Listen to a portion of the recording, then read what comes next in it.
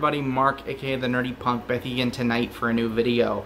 Tonight, just got back from the movie theater where I was able to see the new James Wan film called Malignant. Just released a couple weeks ago. Actually, maybe it was last weekend, was opening weekend, but life has been kind of hectic lately. Haven't had the chance to get out the theater, but I figured tonight I would go see it, and I enjoyed the film so much that I decided to make a standalone movie review of it. Also, kind of in a way to kick off the Halloween season here in 2021. We are now into mid to late September, so October just right around the corner. Expect a few more videos like this where I can do a standalone horror movie review for the Halloween season. Okay, so Malignant. I had an incredibly positive opinion of this movie. It's not perfect. There are definitely some flaws, and I'm going to get into those flaws in this review. But because Malignant is the type of film that it is, I think that if you haven't seen the movie and you're at all a horror fan, you need to watch this movie. Whether you go to the theater or you find it on HBO Max, go watch it, then come back to this video. Because this is the type of movie that you need to watch knowing as little as possible. And thankfully the trailers did not give away hardly anything about this movie. So definitely go watch it, then come back and watch the video. Alright, so for those of you who have seen it, I'm not going to go into spoilers, but I am going to briefly touch on some topics, especially some things regarding the latter half of this movie. This is a type of movie that does not get made these days. This is heavily inspired by horror movies of the 1980s. Specifically, I think James Wan even directly referenced David Cronenberg when talking about this movie, and I love Cronenberg's movies, and you can definitely see the influence there, just in terms of like body horror and that kind of thing. He also referenced the giallo genre of horror movies, and you can absolutely tell that influence right off the bat with the visuals and the colors, which I thought were beautiful.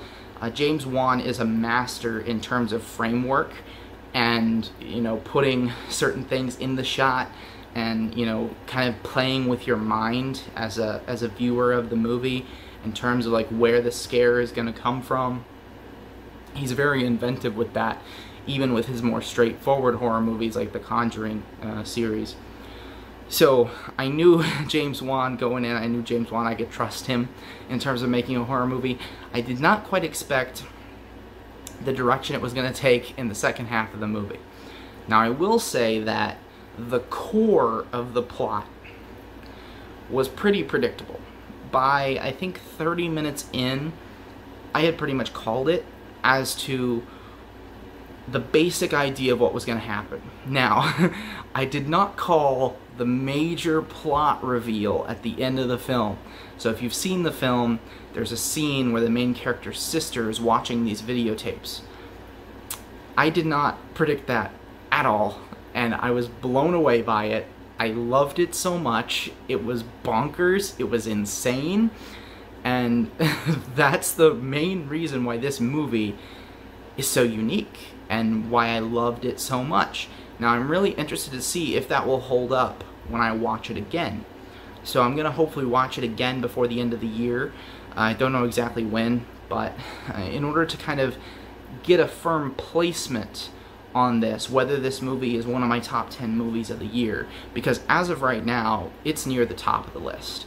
I loved it that much.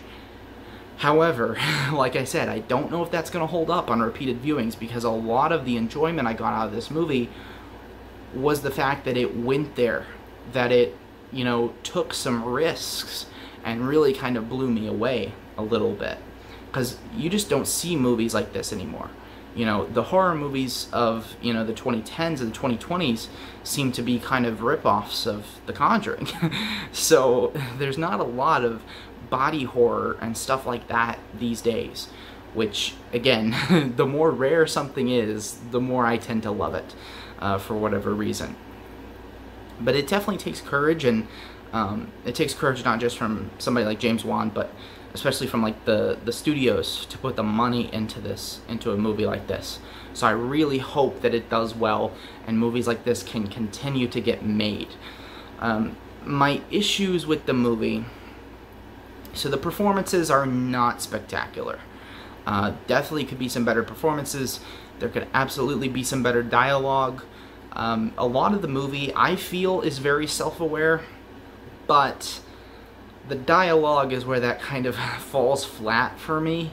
I don't feel like the dialogue is self-aware enough to make up for the crappy dialogue. So a movie can exist and can do very well with crappy dialogue.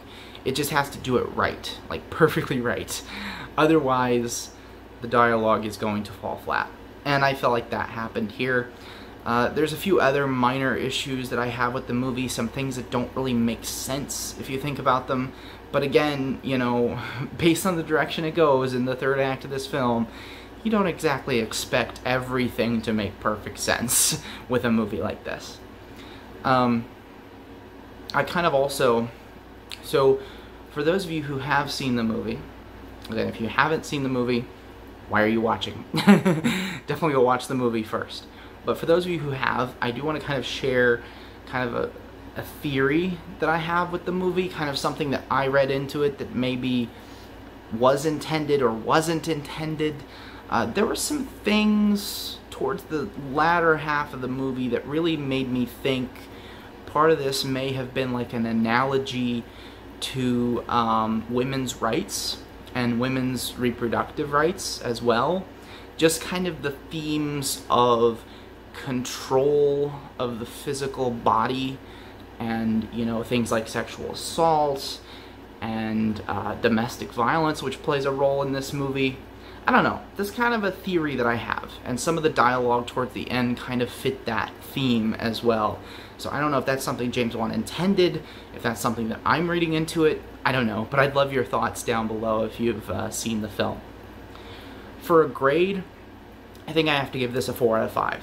I mean, there are noticeable flaws, but at the same time, I enjoyed the trip that this movie took me on. So if you've seen Malignant, definitely leave your thoughts down below in the comments. If you haven't seen Malignant, definitely go watch it. I'd recommend it to any horror fan. There's going to be polarized reactions to this. Some people are going to hate it, some people are going to love it. But I think it's an experience that every horror fan should at least give a shot. So James Wan's Malignant, 4 out of 5 from me. I hope you all had an amazing weekend. Have a great night. See you later.